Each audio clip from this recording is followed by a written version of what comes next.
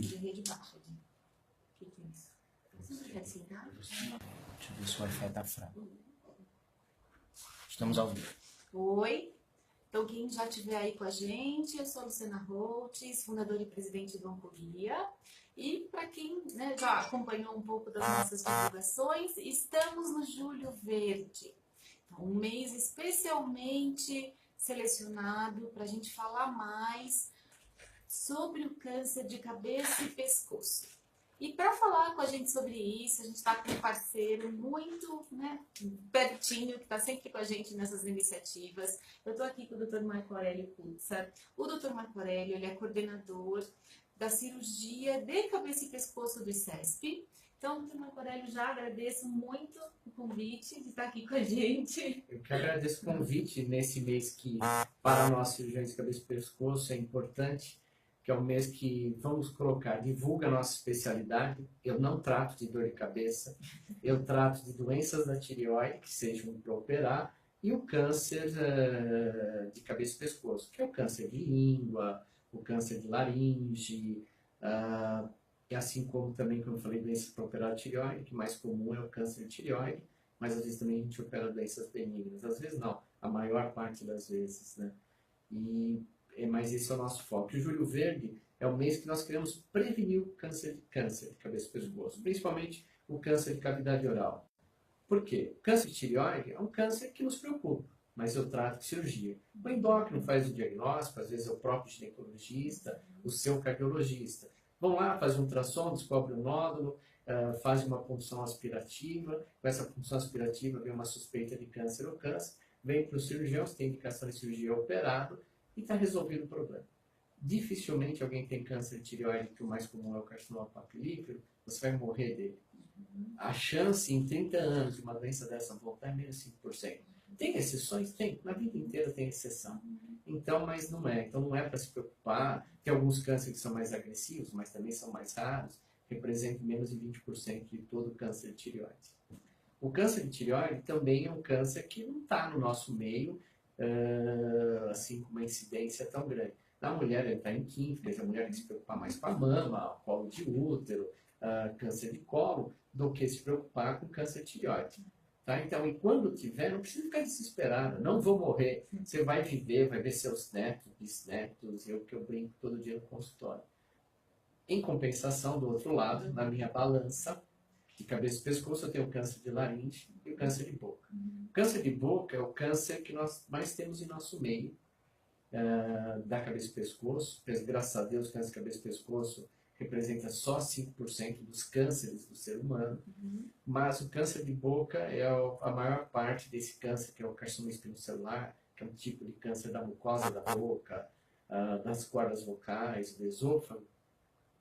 Esse câncer, ele só chega para nós, no serviço público, ou no hospital quaternário, terciário, nos estadios avançados. O que é o estadio avançado? É aquele tumor que muitas vezes eu já não tenho mais nem opção de fazer nada. Ele vai para um tratamento sistêmico, que é uma quimioterapia, uma radioterapia, às vezes só para diminuir sangramento, diminuir tumor, mas sem curar o doente. E esse doente, quando ele fica pequenininho, uma lesão com 1, 2 centímetros, você cura. E por curar, e você fica... Então, esse mês, a importância é isso, para alertar a população. E, doutor Marco, vamos entender um pouquinho. Então, quando a gente fala desse médico, desse cirurgião que cuida da cabeça e pescoço, a gente está falando desses órgãos diferentes que você já mencionou. Sim. Começa o quê? Boca, língua, isso? Boca, lá começa desde o lado. Tá. Tumores de pele, da face, nós também fazemos. Mas aí é um imbricamento. Tem cirurgião plástico que faz, dermatologista. Eu acho que assim, tem que ser dermatologista, porque aquele tumor pequenininho. Que está olhando aqui por fora, fora, né? Não um tumor grande de 10 centímetros que nós operamos a semana passada, que você destruiu a calota craniana, eu tenho que tirar, expor o cérebro, reconstruir, tirar um músculo de um lugar, outra parte do corpo e levar para lá. Isso eu não quero. Eu quero que o dermato trate. Um tumor de 1 centímetro, tira e acabou. Mas é da nossa área também. Cuido do olho, quando um tumor é muito grande, invade o olho, já passou do oftalmologista, somos nós que também ressecamos. Ressecamos tumores da língua, tumor da bochecha. Tratamos de tumores das amígdalas. E aí vai descendo. Vou descendo, eu paro ao nível das cordas vocais, que é a laringe. Tá bom. Abaixo da corda vocal, que é a traqueia, é o cirurgião de pulmão. Tá, aí já começa... E aqui eu falo assim, mas doutor, então você cuida do tumor do cérebro? Também não. Não. Quem cuida dentro do cérebro, a gente chama de endocrânio, é o neurocirurgião. Tá, e aí a tireoide ela entra porque ela tá aqui, né? Tá no pescoço. Tá. Tudo que está no pescoço, por exemplo, linfonodos, um linfoma. Eu não trato linfoma, mas eu faço o diagnóstico. Tá. Tem uma massa no pescoço, um indivíduo que está tendo febre, você não sabe o diagnóstico. Em geral, nós começamos com um exame que é função aspirativa, aparece um processo linfoproliferativo, tem uma suspeita de linfoma, eu vou lá e faço a biópsia linfonodo. Mas eu estou com um dado aqui, né? Eu acho que esse talvez seja um ponto muito importante para a gente começar falando do quanto, né, os cânceres de cavidade oral e faringe, eles estão entre os 10 mais prevalentes do gênero masculino. Sim. E isso coincide também do que por exemplo, esse é o dado do paciente mais atendido no ICESP? Da cabeça e pescoço, Uhum. Tá? Então, se você for ver, ele é um tumor que está associado ao homem, Uhum. o homem entre isso, do gênero masculino. masculino, e está associado ao quem fuma e bebe. Tá. Então, se a gente for pensar de quem é o homem que, se estiver ouvindo a gente, que mais tem que se preocupar e realmente começar a ver de que forma ele pode se cuidar, a gente está falando com um tabagista e com pessoas que bebem com mais frequência. Tá. Acho que não, você não vai colocar aquele etilista social que faz no fim de semana. É aquele etilista mesmo, que é considerado alcoólatra, né? Que todo dia ele toma pelo menos 100 ml de álcool todo dia. Bom, claro que são dois comportamentos que ele precisa interromper imediatamente. Sim. Se ele não consegue, a gente sabe que são realmente dois comportamentos muito difíceis de serem interrompidos da noite para o dia, que precisam de ajuda. Se ele não consegue, o que ele precisa fazer para se cuidar? Ele tem que procurar um médico regularmente, não tem como. Ou dentista. Por exemplo, câncer de boca, quando falar prevenção, você já ouviu falar que prevenção é muito cara. Eu não sei o que é caro. Para mim, o que é caro é um doente ter câncer. Então, acho que prevenir é barato de qualquer forma.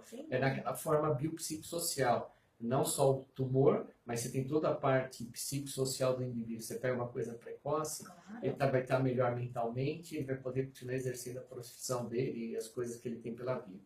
Então, isso que eu vejo. Câncer de boca, o que mais me aflige é que é um diagnóstico fácil. Você faz um câncer de mama, o que você precisa? Ultrassom, mamografia, um médico especialista para examinar. Câncer de ginecológico, de útero, precisa de um Papa Nicolau, um exame, tudo. Câncer de cabeça e pescoço, o que você precisa? Câncer de língua, que é o mais frequente. Ele é o 5º no homem. O que você precisa? Abrir a boca. Alguém que olhe, só olhe, que te examine. Então você vai lá, olhou a boca, abriu a boca. Os homens, sei lá, não tem um abaixador de língua. Pega a colher. Qualquer coisa. Abaixa, abre a boca, examina. Qualquer afta, qualquer lesão, uma pessoa que fuma e bebe, que perdure por mais de 15 dias, ou só fumar ou só beber, uma afta tem uma vida auto-limitada. Em 15 dias, 21 dias, ela some. Não sumiu, vá ao médico, vá ao dentista. Doutor, isso daqui eu fumo, eu bebo, pode ser. Então pode ser o dentista também? Sim, deve. Porque tem que olhar a tua boca. Quem vai fazer é a saúde bucal, eu coloco assim. O médico é o que vai fazer o tratamento. Mas nada impede, perante até o Conselho Federal de Medicina e Odontologia, de um dentista que não pode operar um câncer de boca. E se for um médico, que médico? Qualquer um. Mas pode ir direto no cirurgião? Pode. Por exemplo? Se quiser, pode ir no otorrino. Senão eu corro na minha gineco e falo, olha a minha boca, é isso? Olha só um pouco. Então, quer dizer, quanto mais você divulgar o que é o câncer de boca, mais diagnóstico precoce nós vamos fazer. Para você ver, na Índia, 1 bilhão de habitantes. Uma medicina que nem a nossa, corrida, socializada, não tão socializada, né? Então, o que eles criaram? Eles criaram um aplicativo no celular que distribui para os agentes de saúde. E o agente de saúde manda para uma central que nem fosse... Mas o que ele faz? Ele fotografa? Ele fotografa a lesão na boca, manda para essa central, tem um especialista que ou está ganhando, ou sei lá, está olhando e vai falar, isso daí precisa biopsiar. Então, é um sistema que talvez o nosso Conselho Federal ainda não permita de ter isso daí. A gente ainda tem algumas questões com medicina no Brasil. Tem essas dúvidas. Mas assim, Será que isso não era válido para tumores de pele, tumores de boca, coisas que estão olhando? Agilizar o diagnóstico precoce, né? Hoje, você, dentro de uma fotografia, você consegue colocar um algoritmo, aquilo é matemática, um algoritmo. Se eu tenho uma foto, talvez eu consiga, pela exposição, ou mesmo algum jogo de luz, que isso a gente já faz na boca, para ver se é maligno ou benigno. Não, mas só de ver a foto. Hoje, você tem celulares que é muito melhor do que muitas máquinas fotográficas que eu usei no passado. Então, se mandar e o cara olhar num computador bom, que tem em geral, hoje todo mundo tem um Wi-Fi por aí. Não, acho que a gente precisa montar todo esse ciclo e ter essa equipe de retaguarda diagnosticando. Mas voltando para a questão de sinal e sintoma.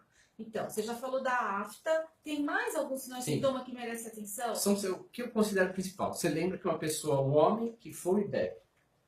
Então, essa pessoa tem uma grande chance, se ele tiver uma afta, que dura por uma afta, ou mesmo qualquer lesão na boca, mesmo uma mancha branca ou uma mancha vermelha no local que não desaparece, que não esteja relacionado ao trauma. Às vezes a pessoa deu uma mordida na própria bochecha e também vai demorar 15 dias a desaparecer.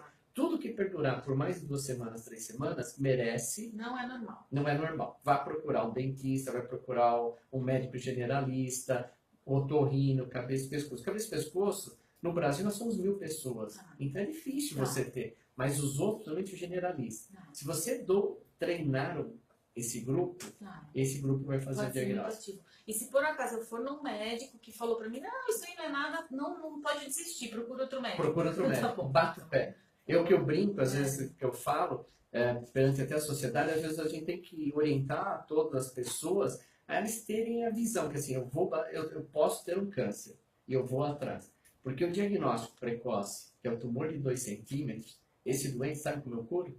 Na língua? Como? Uma cirurgia.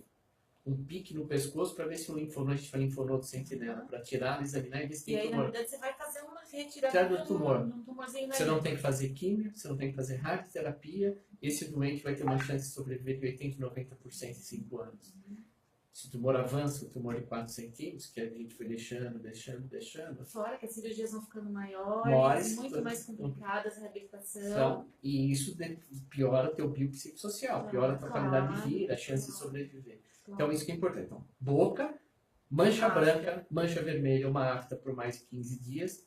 Se surgir ainda um caroço no pescoço, é mais um sinal de alerta.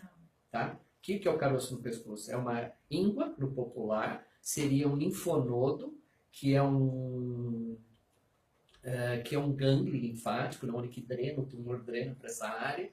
Então, sinal de alerta que esse tumor já é maior do que, às vezes ele tem 2 centímetros, mas ele é agressivo, pode dar. Então, mancha vermelha, mancha branca, a afta por mais de 15 dias e o caroço no pescoço, sinal de alerta. Tá? E pensando nos outros? Na amígdala, uma dificuldade de você engolir. Na amígdala, você pode ter uma característica importante, que hoje nós estamos tendo um grupo que é associado pela doença sexualmente transmissível, pelo HPV, que nem tem o câncer de colo de útero, você tem o câncer de amígdala. Tá? Então, quer dizer, essa pessoa que tem uma doença, tem hábitos sexuais diferentes, talvez não é o normal, gosta daquele hábito sexual, ela tem que se prevenir com todo mundo. Mas já que a gente entrou na questão do HPV, o HPV, ele, pelo que eu entendo, ele pode pegar toda a cavidade oral, inclusive chegar aqui na faringe, é isso? Sim, na laringe. Na laringe, tá. E mas aí, assim, é a mesmo sintoma? É uma verruguinha também? É. Tá. É a mesma coisa. Às vezes é uma lesão, parece uma verruga, que também está nessa região. Você olhou, examinou, você fez um autoexame, que abriu a boca, ou alguém foi no dentista, olhou que tem, é melhor tirá-lo do que deixar.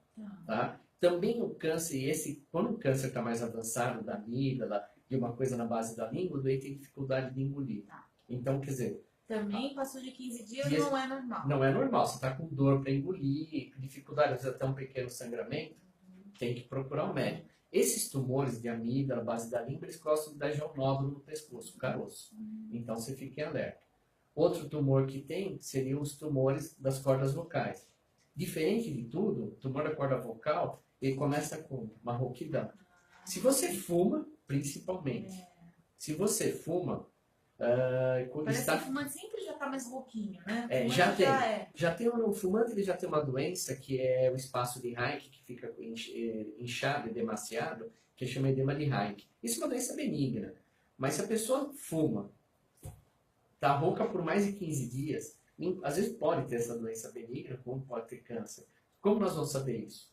Aí já é um atendimento que tem que ir no otorrino ou cabeça e pescoço, para nós fazermos um exame chamado laringoscopia. Aí é mais difícil. Mas é aquele caninho que entra lá para ver de perto como é que está a corda vocal. Se precisar, você já faz uma biópsia. E um tumor precoce de laringe, você opera pela boca do doente e cura, sem ter que fazer quimio e radioterapia. Não é o que nós encontramos na realidade.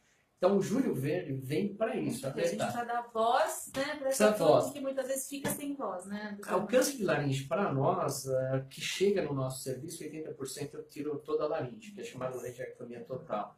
E precisa colocar a laringe? Não, precisa fazer a traqueostomia, que fica definitiva, quer dizer, ele continua comendo pela boca, mas respira pelo pescoço. E a laringe, o que é? Onde estão as cordas vocais, que é a caixa de fala, é a nossa caixa de som. Se você tirou a caixa de som, ele tem que aprender a falar de uma maneira diferente. Como ele aprende a falar de uma maneira diferente? Ou ele engole o ar, e chama-se voz esofágica.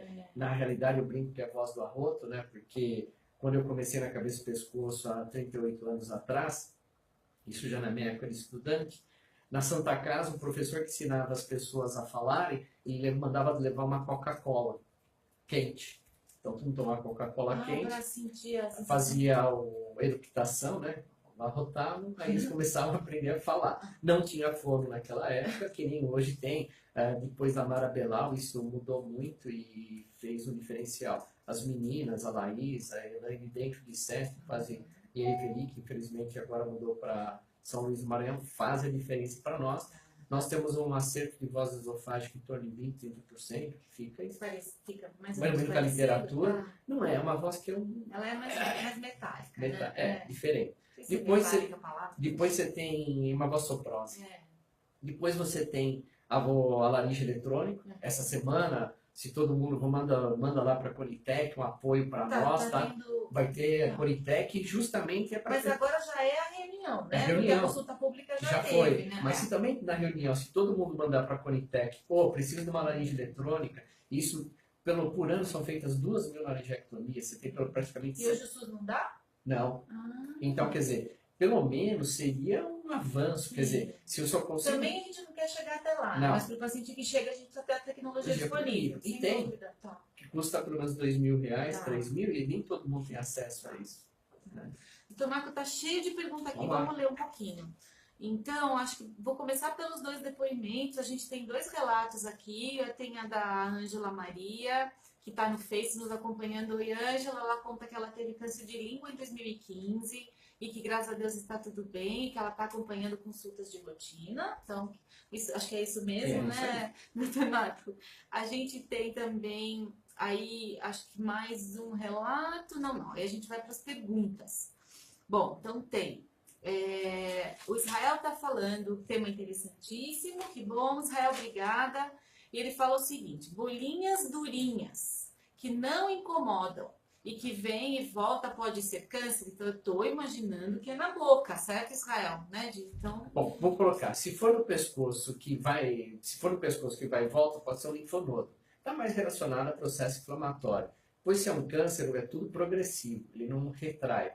Ele continua para frente. Na boca, em geral, se você tem uma bolinha que aumenta e diminui, em geral é um tumor benigno chamado mucocele, que é uma glândula de saliva, que é uma pequena glândula salivar, que tem 1 milímetro, obstrui o ducto de saída dela, Israel, e aí ela enche. Por algum motivo, aquele ducto abre, permeia, solta uma água mais espessa, às vezes até mais salgada, e ela diminui. Isso procura o cabeça e pescoço e ele mesmo dá orientação. Às vezes com uma pomada de corticoide melhora, ou vai ter que operar e tirar, mas tem que ser examinado. Vale a pena examinar. Luaci, doutor Marco, acho que tem uma coisa bem importante que ela está falando aqui. Ela começou fazendo uma pulsão. O diagnóstico inicial, estou entendendo aqui, que ele foi de um carcinoma na rinofaringe com metástase. E que, por fim, o diagnóstico era linfoma não Hodgkin, feito através da biópsia. O que é isso, doutor Marco? O que aconteceu? O carcinoma de rinofaringe é um carcinoma que ele, no diagnóstico, ele fica, às vezes, confunde com linfoma. Por quê?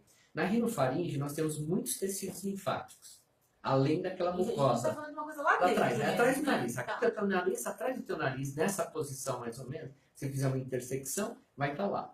ela atrasa. É por onde passa o teu ar, é onde está a sua adenoide, estava, né? Porque em geral no adulto não tem mais, que nas crianças você acaba tirando, que dá aqueles problemas de otite. E aí você tem esse tecido linfóide. Esse tecido linfóide, você tem também a pele que reveste, que é um celular estratificado. Você tem um tumor aí, que é o linfoepitelioma, que é um tumor que fica entre o carcinoma epidermóide, que é o mais comum de todas, via aérea e trato aéreo digestório superior, e mistura com esse tecido linfóide. Às vezes você pegou numa punção, você trouxe menos material, para fechar um diagnóstico, às vezes, ele prefere direto a biópsia do tumor. E com isso, que fechou o diagnóstico era um linfoma, e o tratamento é diferente. Então, o diagnóstico depende da experiência do grupo que está tratando e também desse exame patológico. Você vê que o grupo tratou muito bem, porque você foi lá, viu que era rinopharíngea. Uma coisa, depois achou linfoma, né? Então, e no final, o tratamento acaba sendo radioterapia e quimioterapia. Quase que a quimioterapia muda para o linfoma não Hodgkin, mas do tipo de câncer, né? Mas assim, o tratamento com radioterapia é a base dos dois. A Bruna está pedindo, doutor Marco, para você falar um pouquinho sobre o câncer de nasofaringe. Que é a mesma coisa. A rinofaringe, nasofaringe é um tumor que é atrás do nariz, é um tumor que ele é bimodal, porque ele atinge pessoas numa faixa etária de 20, 30 anos e atinge depois de 60 anos. Ele está associado ao vírus, também uma doença de origem viral, ao vírus de Epstein-Barr, ao contato, até que hoje você controla a doença depois do tratamento por titulação desse vírus. E esse câncer... é uma titulação do vírus? É a quantidade que tem. É que nem você pega o vírus da hepatite. De hepatite. Né? Meu não é uma titulação, olha. Você sabe se está menos de 1, menos de 2, você só acompanha. Acompanha. Então, quer dizer, você faz essa titulação e com isso você pode acompanhar. O câncer de rinofaringe, o que eu falei, é um mix de células queratinizadas e essa parte não queratinizada. Então, quer dizer, esse tecido linfóide. Até no passado se chamava linfoepitelioma. Hoje nós chamamos de carcinoma não queratinizado. Isso é um nome muito técnico, chato, mas falar que assim, é um mix de tecido do linfoma com tecido do câncer da língua. Então, mistura esses tecidos. Tá bom. Acho que aí até a Marcinha está falando uma coisa aqui, acho que até um pouco, você já falou um pouquinho disso, mas ela está pedindo que você fale um pouquinho do astrocitoma anaplásico, que acho que você até comentou que, na verdade, os tumores de sistema nervoso central ficam com outra turma, ficam com o neurocirurgião. Na realidade, nós não tratamos esse tipo de tumor. Se for um tumor, tudo que for anaplásico é um tumor mais agressivo e aí depende do grau que está, se coloca o tipo de tratamento. Tem alguns que são cirúrgicos, dependendo do tamanho, outros tem que fazer radiocirurgia ou associar também a quimioterapia. Doutor Marco, a gente já falou bastante. A plateia aqui do Guia tem perguntas? Eu tenho. Então vamos, Vivi. Na verdade, eu gostaria de falar de doutor, sim. Eu sou a Vivi, tá? Isso. Eu sou do programa de apoio ao paciente, eu fico no Live Câncer, e a minha dúvida é em relação aos dentistas. Será que eles estão preparados mesmo para dar um diagnóstico, para pelo menos suspeitar e orientar aquele paciente para procurar um cirurgião? Ou até como é que a gente pode contar mais com eles, né? Isso, hoje, agora, nós criamos uma parceria muito importante. Nós, junto com a odontologia da USP, estamos cada vez mais próximos devido ao ICESP. Hoje nós trabalhamos irmanamente. Eu recebo diretamente da odonto da USP pacientes. E o odonto está vindo meus doentes mais precoces, da odontologia da USP. Por quê? Eles têm um setor de estômago, onde toda a faculdade tem que ter, em que se ensina. E o que eu vi é que os dentistas têm uma vontade enorme de colaborar, estar presente, e acabam fazendo biópsias. Eu tenho pacientes minhas que operaram tireoide comigo, são dentistas, me encaminham os doentes que elas têm dúvida, ou mesmo que elas já fazem o diagnóstico de câncer. Quer dizer, se você, vamos falar assim, pode dar um empoderamento a determinadas pessoas, mas com uma base científica boa, com boa educação, que na realidade o país precisa sempre de boa educação, você consegue ter tudo isso de ter doenças mais precoces, tratamentos preventivos, e assim, o dentista, eu me sinto tranquilo.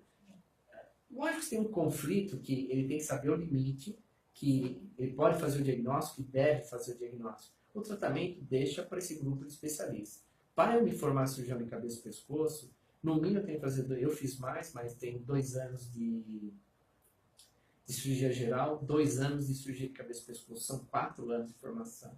É uma especialidade nova. Hoje eu tenho dentistas no meu grupo, mas que eles foram fazer medicina, depois eles fizeram cirurgia geral, fizeram cabeça e pescoço, eles já eram bucomaxilos. Então, quer dizer, eu tenho um bucomaxilo que é um cirurgião de cabeça e pescoço. Isso é uma formação ímpar.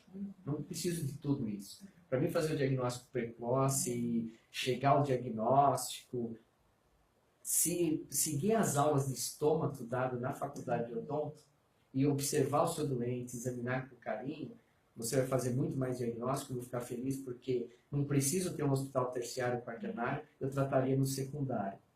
Aí se eu não preciso ter um CACOM, eu posso tratar tudo no Monacom, que é um outro objeto desse Júlio Verde da nossa sociedade.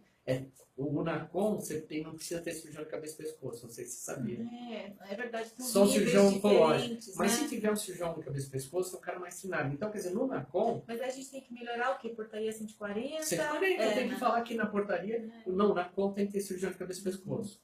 Quer dizer, você estaria melhorando, porque é uma pessoa que sabe fazer a prevenção, diagnóstico precoce e tratar. E se você faz um precoce, você não precisa de nada muito sofisticado. Resolve, sei lá. Acho que a Bibi está falando uma coisa bem importante, né, doutor Marco? Eu fico pensando muito no perfil do tabagista e do etilista. Né? De novo, né? Eu acho que é alguém que realmente está com muita dificuldade inúmeras de enfrentar a vida e tem lá seus inúmeros problemas pessoais e a gente sabe a dificuldade que é realmente conseguir largar um hábito desse, tanto de fumar quanto de... Como é que a gente chega perto deles, doutor Marco? Como é que a gente faz esse nosso papo aqui, chegar mais perto? Quem será que são os grupos realmente de apoio, os grandes grupos? Claro, a gente trabalha muito perto até mesmo do pessoal da CT, da Aliança do Controle do Tabagismo, que está fazendo grandes ações de advocacy no governo, né, de taxação do cigarro. A gente tem aí, né, um cerco grande acontecendo com relação a isso. Mas eu acho que a gente tem que começar a olhar um pouco para as comunidades, como é que a gente chega lá na ponta, né? Nas UBS, nas pessoas que... Acho que nós temos um agente de saúde. Isso, Assim, não estou falando que ele vai substituir um enfermeiro, vai subir... Não, mas o agente de saúde na comunidade, nós podemos fornecer condições a ele de comunicar. Olha, você falou, eu vou tirar o etilismo de uma pessoa de um para outro? Não, não vai. Precisa de um tratamento extremamente especializado. Você precisa para o tabagismo também um tratamento especializado, você precisa ter uma psicoterapia em grupo, e o que você falou, esse indivíduo que é alcoólatra e etilista, ele é separado da sociedade. Ele se afasta e ele é separado. Né? Do mesmo jeito, você tem que fumar na rua, você tem que... Você está longe. Você está longe do mundo, da sociedade. Então, quer dizer, eu sei que ele está lá, ele trabalha muitas vezes, ele vai beber à noite, bebe a noite inteira e volta trabalhar de manhã. Mas se tiver um agente de saúde próximo, que vai na escola, educa os filhos, o problema, uma ação social que o ICESP teve muito legal, eu me senti muito, muito grato, foi você explicar na escola. Tudo bem, eu peguei uma escola de pessoas, mas eu peguei a escola da terceira idade. Mas mesmo assim, você via a vontade deles de saber. E falou, eu posso ajudar nesse câncer? Eu falei, claro. Todo mundo pode, né? Tudo pode. Então, se você ajudar o agente de saúde, e talvez cada um ganhar um celular e transmitir a foto para um lugar, falar, olha, manda lá para o dentista, e não ficar naquela regra, né? Por exemplo, você sabia que na UBS o dentista que está lá não pode fazer uma biópsia? Tem que mandar para um bucomaxilo? Não, ele pode fazer. O que é uma biópsia de boca? É uma pinça pequenininha, parece... Vamos falar uma pinça de vocês tirarem cílios, só que ela tem uma boquinha que corta. Ele tem que só daí, na verdade, armazenar de forma adequada. Põe lá no formal, vai para anatomia patológica, e o cara exame pronto. Quer dizer, você fez... Eu estou lembrando, eu sei até de um programa de Barretos, e que eles rodam com carrinho, né? Com carrinho não, é um caminhão. Ele não é grande, eu vi um que era uma espécie de uma vanzinha. Que era do dentista. Só que tem a cadeira do dentista dentro, isso. Né? Então, e leva para esse pescoço, você vai e atinge uma comunidade. Por exemplo, na nossa, eu fui uma vez, em 98 eu estava em Portugal, estava conversando com o professor Mário André, que era o chefe do otorrino cabeça e pescoço lá, para fazer um treinamento para cirurgia de laser e voz. Nesse treinamento, conversando com ele, estava com a assessora do ministro da Saúde, que era amigo dele, quer dizer, era tudo muito próximo, e ela estava falando de epidemiologia da comunidade portuguesa aqui. Eu falei, Marco, quantas pessoas você tem na cidade de São Paulo? Acho que na época eram 15 milhões de pessoas, hoje somos 20. Eu falei que na época Portugal era muito. Ou não, 9 milhões lá. País inteiro. País inteiro. Aí ela falou assim, Marco, como a área que você trabalha, dava aula em Santo Amaro na época, eu falei, na minha área são 3 milhões de pessoas. Quer dizer, ela, falei, se você pegar isso, praticamente metade da população de Portugal tinha ali, e eu falo, tem tanto X de cabeça de câncer, tudo. Eu queria saber, coincidência, a população portuguesa que migrou para cá tinha a mesma incidência, tudo. Mas assim, você vê que eles já tinham esse serviço, porque eles têm os pequenos postos. Você tem o médico da família. Esse médico da família está comprovado, médico da família, o que é? Aquele que vai te ver sempre. Com certeza você vai ter menos complicações, menos problemas de saúde em 30% a 40% dos indivíduos que frequentam o mesmo médico durante anos. Ele te conhece. Então, acho que... Mas isso está se perdendo, né? Aí isso já se perdeu, né? Talvez com esse... Não você pensar, até no meu dia a dia, quem me conhece com mais rigor? Ginecologista. Eu não tenho, se eu fico com gripe, não dá para correr para ela, né? Não. Aí você fica perdido. Pois é. Aí você vai. Não vou. Você vai no pronto-socorro. Aí você pega uma fila enorme. Pois é. Você está no lugar errado. Você não precisa estar para gripe lá. Gripe você tem que ir lá se você está com suspeita de pneumonia. Quer dizer, então esse médico da família, o que nós temos na medicina socializada, você não tem aqui. Nós estamos num mix muito ruim, né? Nós estamos copiando um modelo americano que é fadado ao fracasso. Uma inflação médica muito alta nos materiais, tudo. E não está certo isso daí. Então acho que o modelo ideal, ao meu ver, para conviver com colegas europeus, é o médico que tem lá. Cetria. Tem uma conhecida minha que é diretora do posto de saúde em Portugal e, por ser diretora, ela controla, ela chama, você é obrigado. As pessoas, mesmo tendo convênio, que hoje tem em Portugal também, mas muito mais barato que aqui, 100 euros você está no top, tá? Aí você vem, ele é chamado, ele é convocado. Ah, você fez exames? Então vamos botar na tua ficha. E elas querem que, não, se você fez no teu privado, você vai lá passar na ficha e você está controlado. É o ideal, não sei, mas eu sei que pelo menos funciona. Nossa população hoje, quem tem convênio, 30 milhões, 40 milhões da população, a maior parte não tem, então acho que eles têm que migrar. Não tem muita coisa para melhorar, né? Muita coisa. Sim. Então, o que eu posso ajudar na minha ajuda? Sim. Pequena, no cirurgião de cabeça e pescoço, não sou político, não quero ser político. Assim, mas tem um monte de político que pode ouvir o nosso recado, que pode ajudar a gente. Mas acho que eles já ouviram. Na realidade, eles poderiam ajudar, e eu fico assim... é estranho nesse país. Bom, deixa pra lá. Mas isso é um ano importante. Isso é um ano importante. Eu acho que, acho que todo mundo tem que pensar na hora de votar, porque assim, um político que fala que vai ajudar a educação, a saúde, a segurança, sério. Só que eu tenho que cobrar, não nesse sistema eleitoral, que eu não posso cobrar meu político. De repente, um cara de um partido ganha 2 milhões de votos e puxa 10 pessoas que eu nem sei quem são. Ou o voto vai ser distrital e eu vou eleger quem eu quero do meu distrito para poder bater na porta dele, porque ele vai ter que ter um escritório, eu vou lá e falar, eu vou ter o senhor. E aí, do jeito que está, não dá. E assim, do câncer de cabeça e pescoço, voltando, o câncer de cabeça e pescoço no mundo, não é nem 10º, ele é o 9º. Tá? No mundo é o 9º, na frequência. No Brasil, quando eu somo câncer de laringe e câncer de faringe, eu vou para a 3ª posição e algumas vezes, depende do ano, fica na 2ª posição. Se eu sou do homem, né? Do homem. Tá. Na mulher eu já sou em 5º por causa da tireoide, mas boca é 10º, 11º. Tá. Quer dizer, mais tem. E doutor Marco, eu acho que é assim, né? A gente já falou bastante de prevenção, de diagnóstico, e a gente, infelizmente, lida com esse dado de que esses casos estão chegando avançados. Sim. Né? Essa é a realidade brasileira. Esse paciente, quando ele chega, ele está sendo tratado adequadamente? Ele não vai mais para você, né? Aí já não dá mais tempo de operar, é isso?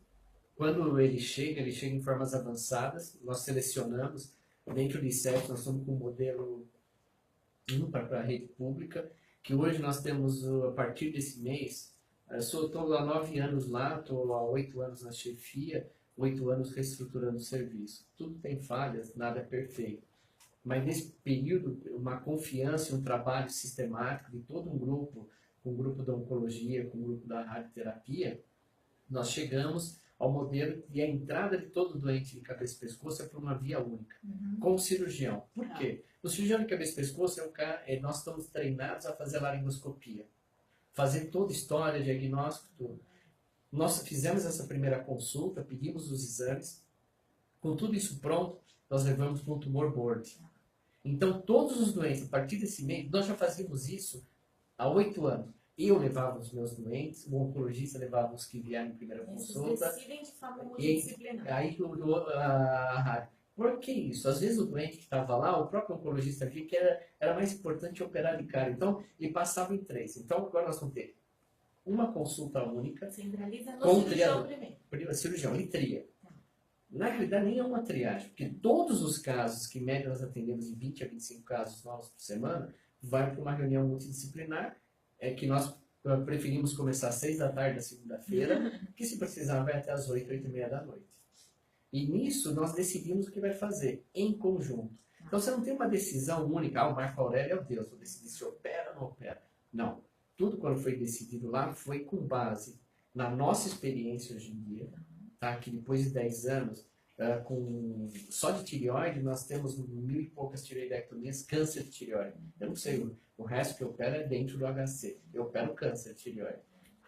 Dentro dos cânceres de cabeça e pescoço, eu também tenho até 1.500 ou mais cirurgias que nós já temos feito nesse período, tá? E com tudo isso, eu tenho a nossa experiência pessoal. Por exemplo, se você ouve falar, se houve uma preservação de órgãos, talvez você já tenha ouvido falar de câncer de cabeça e pescoço. É os cânceres de laringe, que em determinada fase dele, em vez de você tirar a laringe, você faz quimio e radioterapia. Nós, na preservação de órgãos do ICESP, nós provamos que a cirurgia para o indivíduo brasileiro que vem ao ICESP, a cirurgia é melhor do que a preservação em alguns casos. Tem casos específicos. E hoje nós temos um entendimento como um oncologista, como radioterapeuta, quem é esse doente? Quem se beneficia dessa preservação? Por exemplo, um doente que vai ser submetido a uma quimio, ou fica dois, vai fazer quimio e rádio ou cirurgia. Como que nós pensamos? Ele tem que voltar a comer para ele fazer quimio e rádio e voltar a falar. Não pode depender da traqueostomia nem de uma sonda, ou no nariz ou na barriga. Senão ele não aguenta o peso do tratamento sistêmico. O tratamento sistêmico não é que ele, se ele acabou o tratamento que é para curar e ele continua dependendo da sonda e da traqueostomia, então não adiantou. Então era melhor ter tirado o órgão, que é fazer a laringectomia, que pode ter complicações, todas podem ter, mas a gente geralmente volta a comer. Mas você está falando assim, como é um caso que precisa desse olhar multidisciplinar, né? Toda vez, o multidisciplinar não é só eu olhar como médico. No multidisciplinar eu tenho que ter você, psicólogo, ao meu lado, eu preciso ter o enfermeiro ao meu lado, e isso nós temos no ICESP. E alguém tem que estar ali, de verdade, trazendo a vontade do paciente, né, doutor Marco? Porque, de repente, um cara que é radialista, fico imaginando, né, como é que você... Aí você tem que olhar para o dia a dia dele, né, na tomada de decisão. Então, na tomada decisória, a participação do indivíduo é importante. Qual o nosso problema? O problema de câncer de cabeça e pescoço é das classes socioeconômicas inferiores, que é o doente que bebe, que fuma por... E nem sempre ele tem até um grau de educação que vai permitir essa decisão e às vezes a compartilhada. decisão é nossa, mas a gente costuma chamar a família, tem que ter algum familiar presente.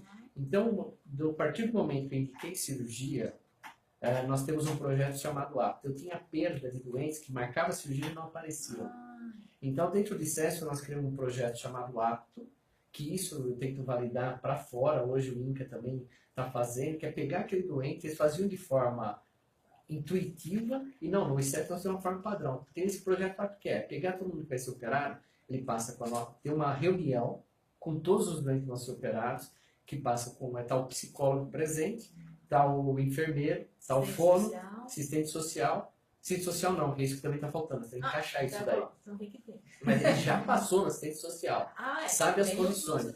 Então, no nosso fator decisório, esse primeiro momento, eu estou trabalhando já 2 anos nesse multidisciplinar, que eu, principal triador, o meu ideal vai ter, depois dessa triagem, ter passado por todos esses. Também, quando eu for decidir no tumor board, ele já passou no psicólogo, já passou na fono, na nossa nutricionista, e todo mundo vai dar uma opinião. E aí nós vamos decidir. Então, esse é o verdadeiro aspecto inter e multidisciplinar. E o câncer não vai evoluir se você não tratar dessa maneira. Para você ver que interessante tem um trabalho na Austrália, que eles pegaram os mesmos doentes no estágio avançado. Eles trataram de forma química, acabou, e outros entraram nesse tratamento multidisciplinar, envolvendo nutrição, tudo isso. Inclusive, cuidados paliativos na primeira consulta. Que eu acho que é um nome muito pesado, né? Eu prefiro falar suporte clínico, Claro, suporte cuidado, terapêutico, né? cuidado Cuidado integral, né? o que você quiser. Mas paliativo não, porque paliativo dá a sensação de Ficou negativa a palavra, É né? Em vez de a negativa. gente pensar que paliar é um cuidado, né, para antecipado, as pessoas não é. Então você sente das pessoas que você fala você paliativo, tá desistindo, sim, né? e não é. Esse trabalho foi tão interessante que eles aumentaram uma sobrevida de 50% para 60% na Austrália, só tendo esse cuidado multidisciplinar. Então você não atendia só o indivíduo como o cara do câncer de língua, você atendia o senhor com câncer de língua, que tem isso, tem aquilo, tem outra coisa, e você atendia como um todo. Às vezes o que você faz para esse doente é muito mais benefício do que você fazer um tratamento de última geração. O tratamento sempre de última geração é um tratamento caro, que não, às vezes não está no SUS. Mas para casos específicos ele vai estar disponível. Disponível. Você está conseguindo selecionar Você aquele que vai se beneficiar. Se você conseguir trazer todos esses doentes de estadio precoce, que você economiza, por exemplo, uma cirurgia de um estadio, um tumor de 2 centímetros na língua, que eu falei para você, eu não vou gastar mais que 10 mil reais. Ele vai vir, que nem essa senhora falou, vai ter que vir de 6 meses para olhar a língua dela, ver se não vai surgir nada na língua no pescoço. Eu examinando, às vezes eu posso pedir uma tomografia ou 2 por ano, fazer uma endoscopia digestiva, um exame do nariz que é rotina, no cabeça e pescoço, fazer em toda a consulta. Esse doente vai estar livre. Gastei 10 mil. Com as consultas, em média sai 300 reais, mais uma toma, ele vai gastar por ano 1.000. E aquele doente que é avançado, que vai ter que operar, vai ter que ter um cirurgião plástico para reconstruí-lo, você tira uma mandíbula, que Tem um peso aí, peso né, social de grande. social de peso. Então, esse doente, no mínimo, ele custa para nós 100 mil, da parte de vista de tratamento, que é cirurgia, né? Quer dizer, eu trato radioterapia, todo o pacote. pacote. Esse doente custa muito caro. Então, se você começar, hoje o meu maior doente é esse cara. Se eu começar a jogar, você está vendo, eu faço um doente grave, eu faço 10 doentes simples. Tem exceção? Claro que vai ter, mas em 20% vai ter uma evolução que não nos agrada. E com o tempo evoluindo, que nós vamos ver. Mas quanto mais doente precoce eu tiver, menos eu vou gastar em câncer. Vou virar para mim aqui com uma pergunta da plateia do Oncoguia. Doutor, já que o senhor falou sobre esse cuidado integrado, multidisciplinar, em que a medicina tem evoluído para tratar de alguns casos que são muito delicados esteticamente, até falando? A gente tem um comentário aqui da Sara, agradecendo muito o Dr. Marco Aurélio e CESP por conta de uma cirurgia que o pai dela fez lá, uma cirurgia um pouco estigmatizada, a poliglossomandibulektomia. Né? Pelviglossomandibulektomia. Isso. E eu li a pelviglossomandibulektomia. Você tira a língua, você tira o assoalho da boca, você tira a mandíbula e limpa o pescoço. Isso. Eu li há um tempo um ambulatório do Unifesp que faz cirurgias a laser para poder ser menos destrutiva essa aplicação. Em que a medicina tem evoluído para preservar mais o tecido e fazer com que essa pessoa tenha uma qualidade de vida melhor? Assim, quando você vai para uma pelviglossomandibulektomia, a Sara ela também sentiu isso, é um tumor que está avançado. Esse tumor avançado eu posso operar da maneira que quiser, porque o laser não vai fazer diferença, porque eu tiro, em geral, metade da língua, tiro todo o assoalho da boca. Isso é HPV? Não, a maior parte não é. Não. HPV, na nossa casuística de CESP, é menos de 30%. Eu não me preocupo com mas HPV. uma cirurgia complexa dessa, ela pode estar vindo o quê? De em geral é do tabagismo e álcool. Porque o álcool também deprime imunitariamente a pessoa, tem um facilitador, você já tem os problemas que o próprio tabagismo manda fazer a mutação da célula e a célula vai se transformar em câncer. Não é assim tão fácil. O nosso organismo, não vou assustar ninguém, mas o nosso organismo todo dia ele está matando um câncer.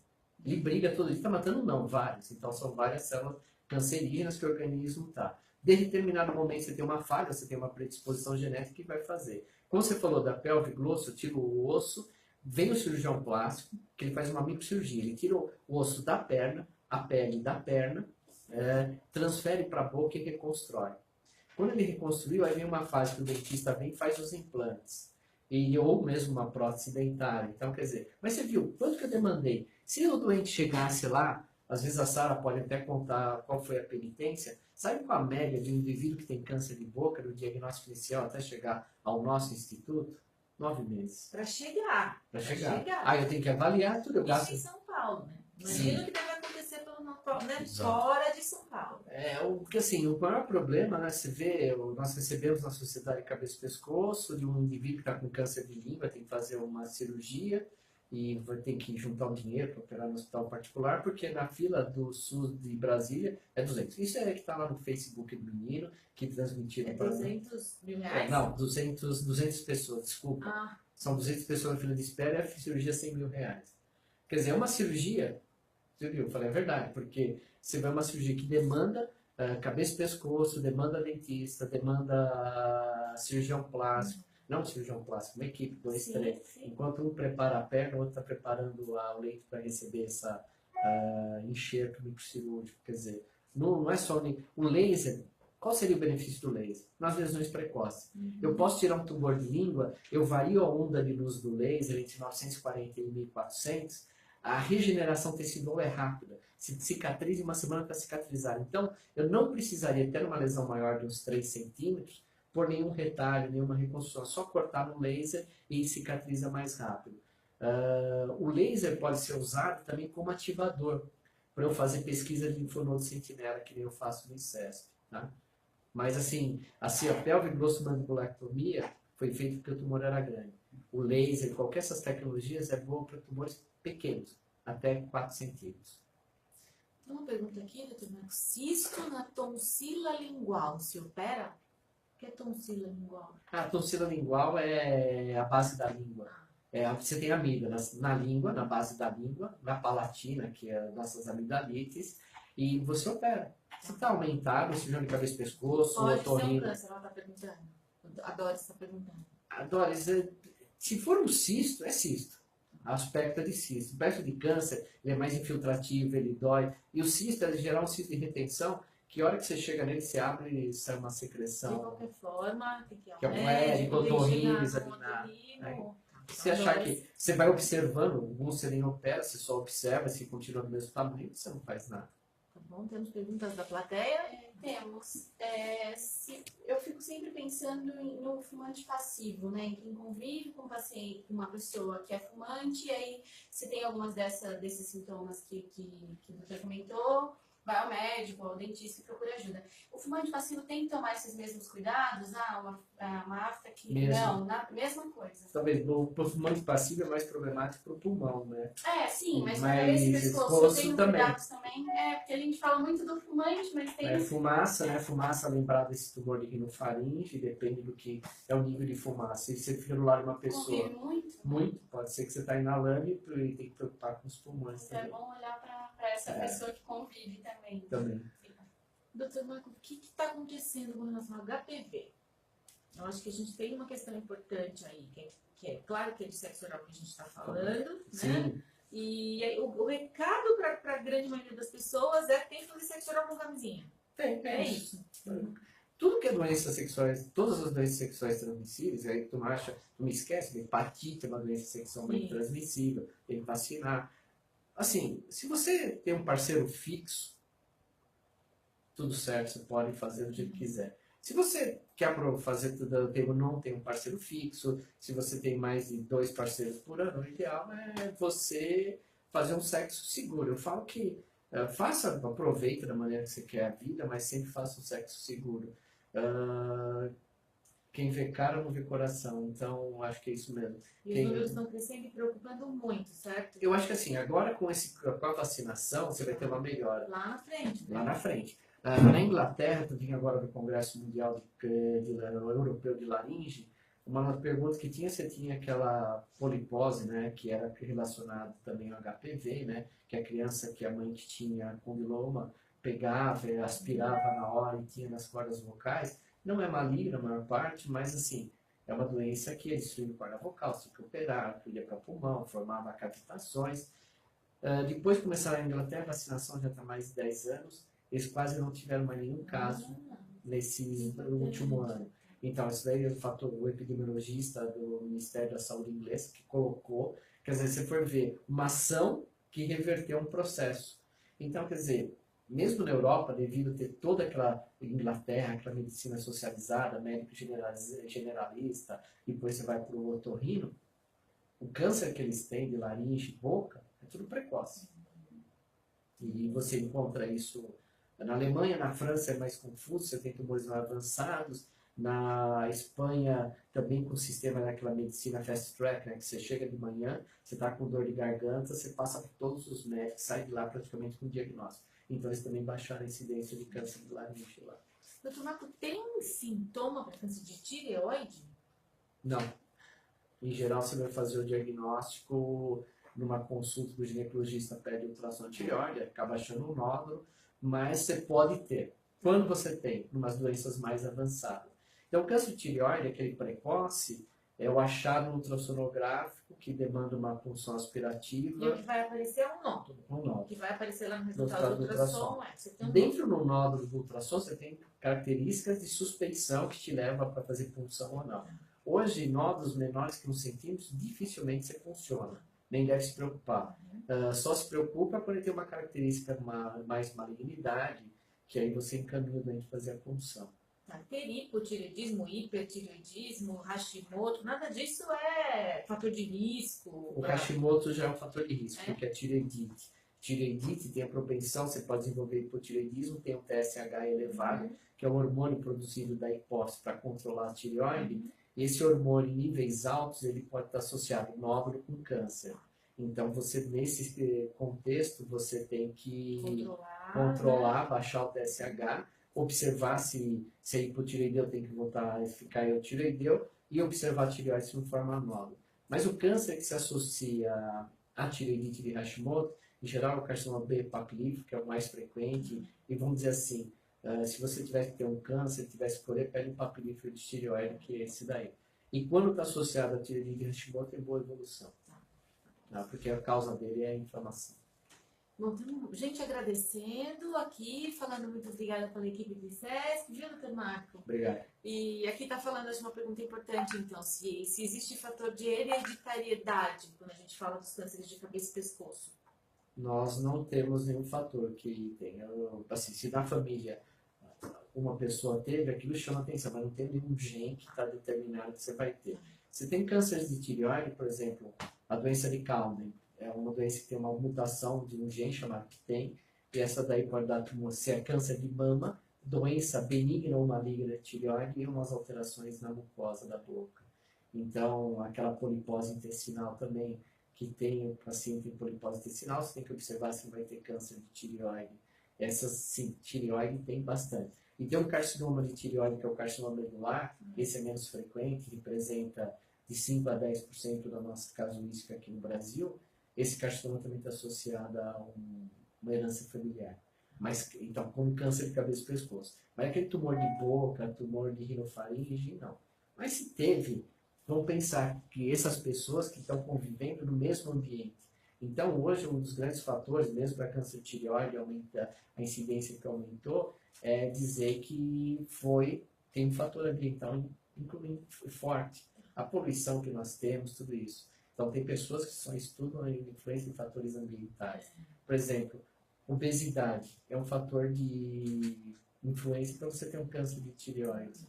Tá? Então, pessoas que trabalham na indústria madeireira, pessoas que mexem com produtos químicos, têm maior chance, que nem a Luana, acho que perguntou sobre câncer de rinofaringe, podem ter por causa da associação de inalação desses produtos.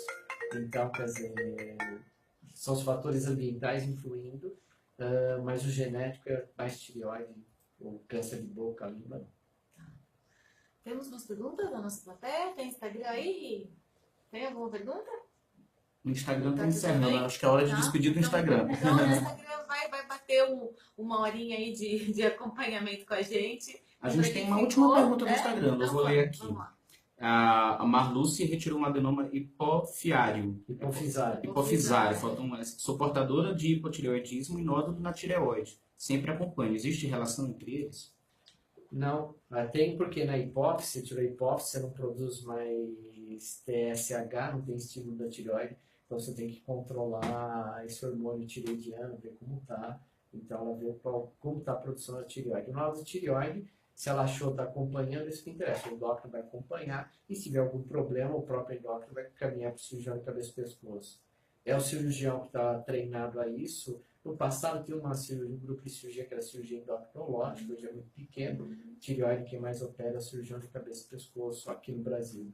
E nos Estados Unidos, na Europa, ainda tem muitos cirurgiões gerais que se aventuram na área.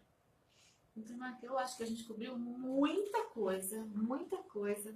Eu queria, na verdade, agora para a gente finalizar, te pedir um pouco qual que tem que ser a nossa mensagem principal no Júlio Verde. Né? Pedir aí para quem acompanhou a gente, para que compartilhe a live, que fique atento nas nossas redes sociais, que a gente está seguindo aqui com várias informações, tem as redes sociais do ICESP também, que estão aqui com a gente. O que a gente tem né, de mensagem principal para quem nos ouviu, para ficar mais atento para a prevenção do câncer de cabeça e pescoço?